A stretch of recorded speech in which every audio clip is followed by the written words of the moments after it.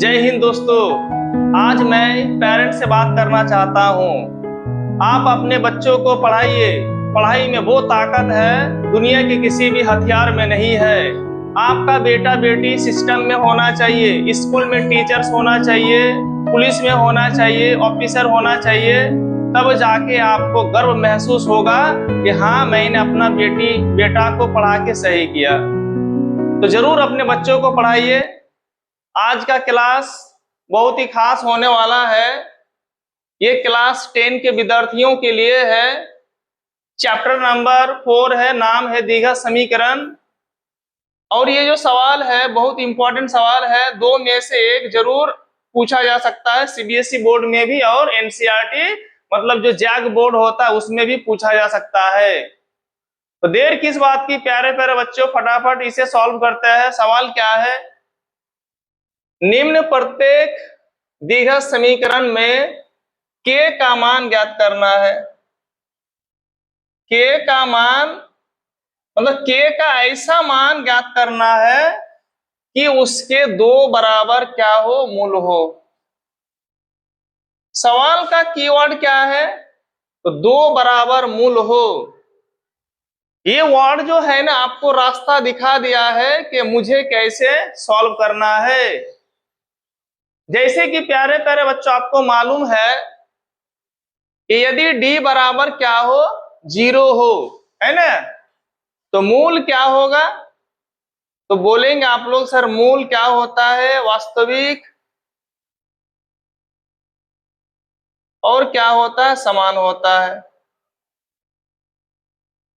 Second क्या है? यदि d का वैल्यू क्या हो, 0 से बड़ा हो, 1 2 3 4 5 6 7 कुछ भी, तो आप लोगों को मालूम है कि मूल जो होगा वास्तविक तो होगा, लेकिन प्यारे प्यारे बच्चों क्या होगा? आपका असमान होगा।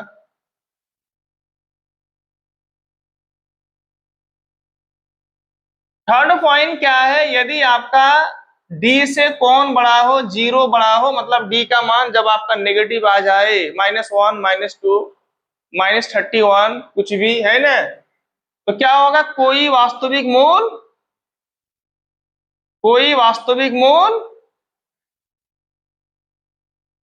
नहीं होगा। अब ध्यान दीजिए, ये क्या है? मूलों की प्रकृति तीन प्रकार के हो गया है। मूल, वास्तविक और समान। मूल आपका वास्तविक और असमान, कोई वास्तविक मूल नहीं होगा। ये डिपेंड किसके ऊपर करता है? तो डी के ऊपर, है ना, डी के ऊपर डिपेंड करता है।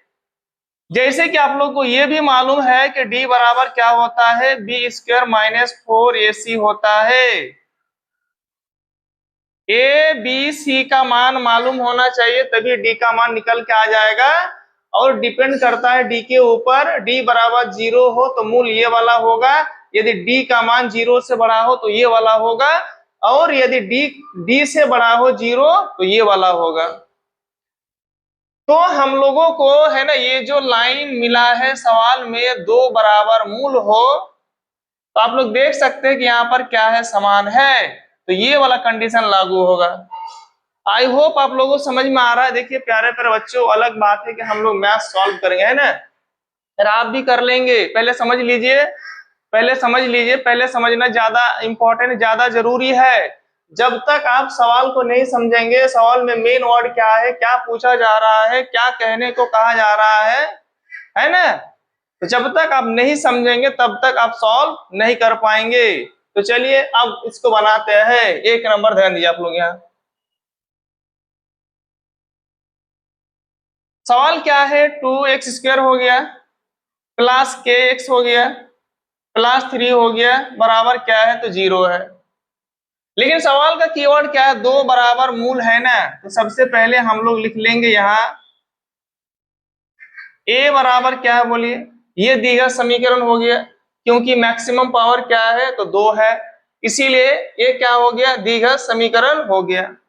a बराबर क्या हो गया? 2 हो गया। b बराबर क्या होगा, बोलिए। तो b बराबर आपका k हो गया, है ना, क्योंकि x का गुणन क्या है? तो k है। b बराबर मतलब b बराबर x नहीं होगा, है ना, बी बराबर आपका एक्स नहीं होगा, बी बराबर क्या होगा तो के होगा, क्योंकि आपको पूछा गया है के का मान बताओ, के का मान बताओ, ठीक। सी बराबर क्या है तो बोलेंगे सर 3। चूंकि क्या है बोलिए, देखिए इसी चीज को मैं उठा के यहाँ पर लिख रहा हूं, क्योंकि मूल क्या है, क्योंकि मूल क्या है, वास्तविक तथा क्या है, समान है। बात एक ही हुआ प्यारे प्यारे बच्चों, है ना। या फिर आप लोग इसको है ना लिख दीजिए कि है ना, क्योंकि मूल जो है वो दो बराबर मूल है, वो भी क्या होगा, सही हो जाएगा, ठीक। तो मैं लिख रहा हूं कि मूल वास्तविक और क्या है, समान है, इसीलिए आपका डी बराबर क्या होगा तो बोलेंगे सर डी बराबर 0 होगा, 100% होगा, है ना। डी बराबर 0 होगा तभी मूल क्या होगा, वास्तविक और क्या होगा प्यारे प्यारे बच्चों, तो समान होगा, तभी क्या होगा, समान होगा। अब ध्यान दीजिए आप लोग, सवाल बड़ा इजी है, बहुत आसान है।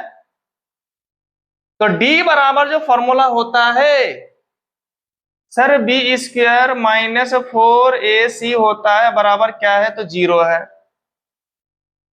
चलिए आप लोग बताइए बी का मान क्या है, तो बोलेंगे सर बी का मान क्या है तो के है, तो के का स्क्वायर हो गया, माइनस है तो माइनस होगा, 4 है तो 4 होगा, इंटू ए बराबर क्या है तो 2 है, और सी बराबर क्या है तो 3 है, बराबर क्या होगा तो 0 होगा। के स्क्वायर हो गया माइनस 4 दूगुना 8, 8 तिया 24 हो गया, बराबर क्या होगा तो 0 हो जाएगा ना। अब आप लोग यहाँ पर फोकस करें, मैं इसे मिटा रहा हूं, ध्यान दीजिए, कोई डस्टर, चलिए थोड़ा यहाँ से कुछ चीज ले ले रहे हैं।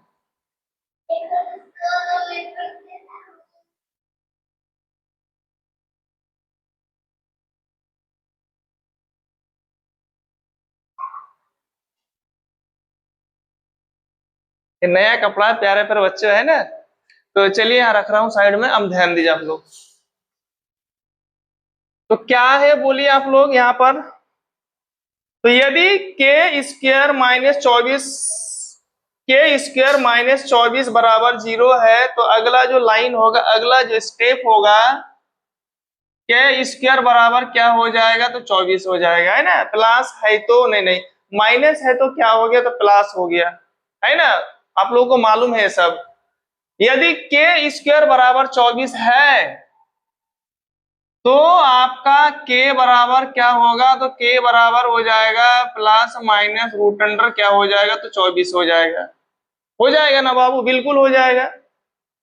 अब आप लोग बताइए 24 का मतलब क्या है।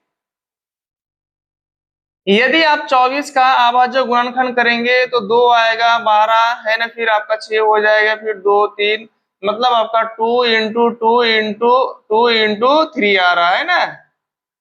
तो जोड़ा के बदले में एक बाहर आ जाएगा, बहुत बेसिक मैथ है ना। आप लोग 8 क्लास में बहुत पढ़ चुके हैं, बहुत ज्यादा पढ़ चुके हैं। तो 2 2 के बदले में एक 2 आ जाएगा, 2 का जोड़ा नहीं है, 3 का जोड़ा नहीं है, तो हो जाएगा 3 दूगुना 6, है ना। तो फाइनली के का मान आ गया प्लस माइनस क्या हो गया बोलिए, तो बोलेंगे सर 2√6 हो गया। क्या हो गया बोलिए, यही आपका क्या है, के का मान हो गया, यही आपका क्या हो गया बाबू, तो आंसर हो गया। अब हम सॉल्व करेंगे सवाल नंबर 2, तो चलिए फटाफट सॉल्व करते हैं। सबसे पहले हम लोग हल लिख लेंगे, है ना। कितना नंबर तो 2 नंबर, क्या है के एक्स हो गया इंटू एक्स माइनस 2 हो गया प्लस 6 हो गया, बराबर क्या है 0, है ना। तो चलिए हम लोग इसे और थोड़ा है ना विस्तार कर देते हैं। के एक्स इंटू एक्स क्या हो जाएगा बोलिए, के एक्स इंटू एक्स तो हो जाएगा के एक्स स्क्वायर हो जाएगा, माइनस है तो माइनस हो जाएगा, के एक्स इंटू 2 तो हो जाएगा 2 के एक्स हो जाएगा, प्लस क्या है 6 है, बराबर 0 हो गया। जैसे कि हम लोग को दिया है 2 बराबर क्या है मूल है, तो हम लोग सबसे पहले यह लिख लेंगे, यहाँ a बराबर क्या है तो बोलेंगे सर k है ना, a बराबर क्या है तो k हो गया, b बराबर क्या होगा तो बोलेंगे सर -2k होगा, है ना। क्योंकि हमें k का मान फाइंड करना है। x का गुणन क्या है तो -2k, c बराबर क्या है तो 6 हो गया। सवाल का मेन वर्ड क्या है, क्योंकि मूल जो है आपका मूल वास्तविक और क्या है समान है, इसीलिए आपका d बराबर जो होगा क्या होगा तो 0 होगा। चलिए बाबू मैं यहां से डायरेक्ट इधर आ रहा हूं, ठीक, आप लोग फोकस करें बोर्ड पर, यहां से यहां आ रहा हूं। तो d बराबर जो होता है जैसे कि आप लोगों को मालूम है b² -4ac बराबर क्या हो गया तो 0 हो गया है ना। d बराबर आप लोगों को मालूम है सर जी के b² -4ac होता है, बिल्कुल होता है ये वाला फॉर्मूला। अब ध्यान दीजिए आप लोग, तो b का मान क्या है तो b का मान हो गया -2k, -2k का होल स्क्वायर हो जाएगा, क्योंकि यहाँ स्क्वायर है, माइनस है तो माइनस होगा 4।